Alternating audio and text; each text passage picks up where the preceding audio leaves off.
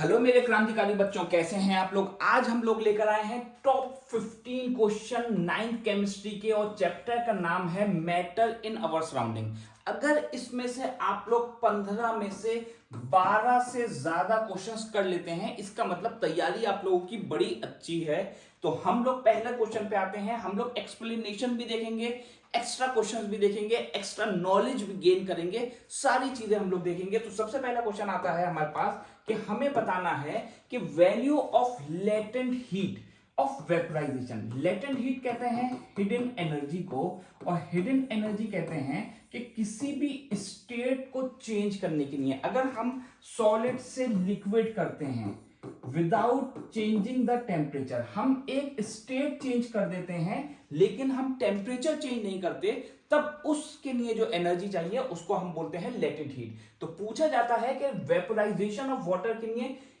Kilo calorie पर KG, याद रखिएगा ये है किलो कैलोरी पर केजी में हमारे पास आंसर होता है 334। बड़ी ही इंपॉर्टेंट चीज है, ज्यादातर लोग इसका आंसर गलत लगाते हैं क्योंकि वो जूल में याद रखते हैं। अगर हम कैलोरी और जूल का रिलेशन देखें तो ये होता है, जिसको हम लिख देते हैं 1 calorie is equal to 4.2 joule.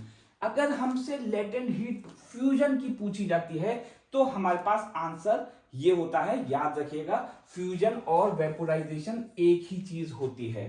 तो आगे बढ़ते हैं जरा और क्वेश्चन देखते हैं इवापोरेशन का। इवापोरेशन एक क्या है, तो याद रखिएगा इवापोरेशन एक एंडोथर्मिक रिएक्शन है, और एंडोथर्मिक रिएक्शन कहते हैं जिसमें हीट होती है एब्जॉर्ब, मतलब एनर्जी एब्जॉर्ब होती है, जिसमें हीट बाहर निकलती है उसको बोलते हैं एक्सोथर्मिक रिएक्शन। और एक्सोथर्मिक के लिए एक डेल्टा एच होता है और इसकी वैल्यू होती है हमेशा निगेटिव। याद रखिएगा ये डेल्टा एच होता है enthalpy.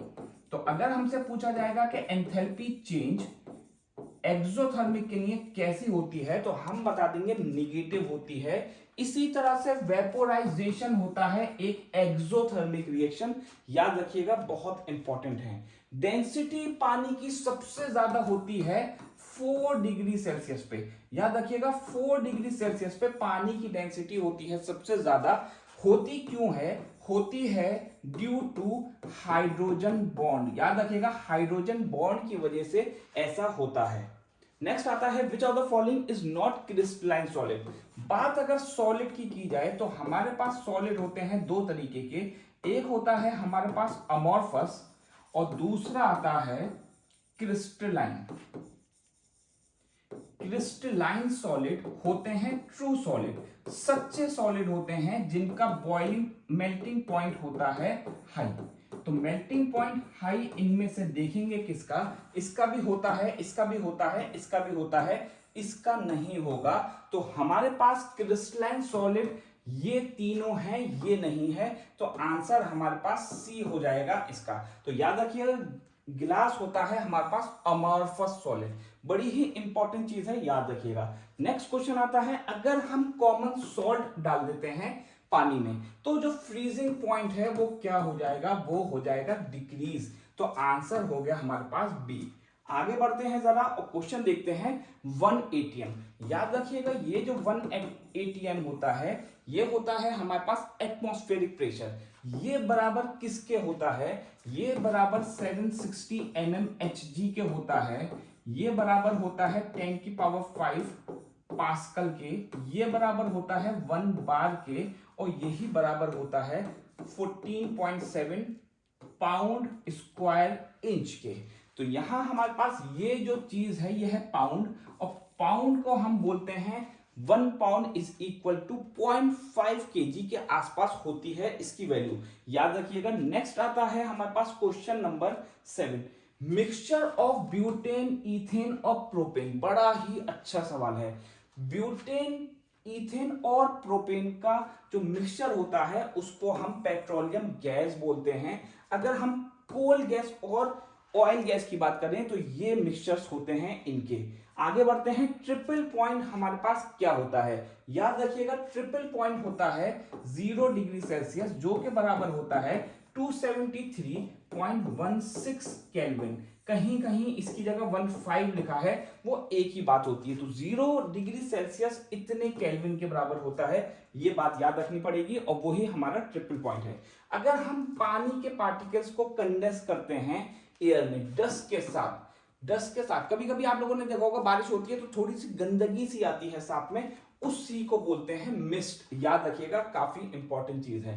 Which of the following has highest kinetic energy, इनमें से सबसे ज्यादा काइनेटिक एनर्जी किसकी होगी? तो जरा समझिए एक चीज कि अगर हमारे पास 3 है ब्लॉक्स और ये हमारे पास पार्टिकल्स हैं, अगर हमारे पास ये पार्टिकल्स हैं और ये, तो सबसे ज्यादा काइनेटिक एनर्जी इसका मतलब इसकी होगी, इसका मतलब गैस की काइनेटिक एनर्जी होती है सबसे ज्यादा और इसी को हम वेपर बोल सकते हैं। तो आंसर हमारा डी हो जाएगा। स्टीम की 100 डिग्री सेल्सियस पे सबसे ज्यादा काइनेटिक एनर्जी होगी। आगे बढ़ते हैं 11वें क्वेश्चन पे। कलर कैसा होगा जब सब्लिमेशन हो जाएगा आयोडीन का? तो आंसर हो जाता है इसका पर्पल। किसी किसी जगह इसको वॉयलेट भी लिखा मिलेगा, तो याद रखिएगा दोनों ही इसके आंसर हो सकते हैं। तो आयोडीन करता है सब्लिमेशन, और सब्लिमेशन कहते हैं जब कोई चीज डायरेक्ट सॉलिड से गैस में चेंज हो जाएगी। अगर किसी भी बच्चे को इस चैप्टर में दिक्कत आती है तो मैं डिस्क्रिप्शन में इसकी एक और वीडियो डाल दूंगा जिसमें हम क्वेश्चंस के अलावा थ्योरी भी देख सकते हैं। एट हायर एल्टीट्यूड, अगर हम ऊपर पहाड़ों पे चला जाएंगे तो बॉइलिंग पॉइंट डिक्रीज हो जाता है, याद रखिएगा। ड्राई आइस को जब हम हीट करते हैं तो वो गैस निकालती है CO2, याद रखिएगा ये चीज। नेक्स्ट आता है गैस कैन बी लिक्विफाइड, इसको लिक्विफाइड कर दिएगा। गैस को हम लिक्विफाइड कर सकते हैं अगर हम टेम्परेचर को डिक्रीज करें और प्रेशर को इंक्रीज करें। ये भी चीज हमें याद रखनी पड़ेगी कि अगर हम टेम्परेचर लो और हाई प्रेशर, ये इसका आंसर हो गया। लास्ट क्वेश्चन आता है हमारे पास। आप लोग कितने क्वेश्चन बना पाए आप लोग जरूर बताइएगा कमेंट में, कैसी लगी वीडियो ये भी बताइएगा। और आखिरी क्वेश्चन आता है कि इनमें से कौन सबसे ज्यादा विस्कस है? विस्कस कहते हैं ऐसी चीज जो कि ज्यादा गाढ़ी होती है, जो कि बह नहीं पाती। अगर टेबल पे पानी गिर जाता है तो बहुत तेजी से फैल जाएगा पूरे में, लेकिन इनमें से कौन सी चीज फैलेगी नहीं? तो वो है शहद, मतलब हनी। तो ये हमारा आंसर हो गया। 15 में से कितने क्वेश्चंस आप लोग खुद से बना पाए मुझे जरूर बताइएगा कमेंट में। Thank you.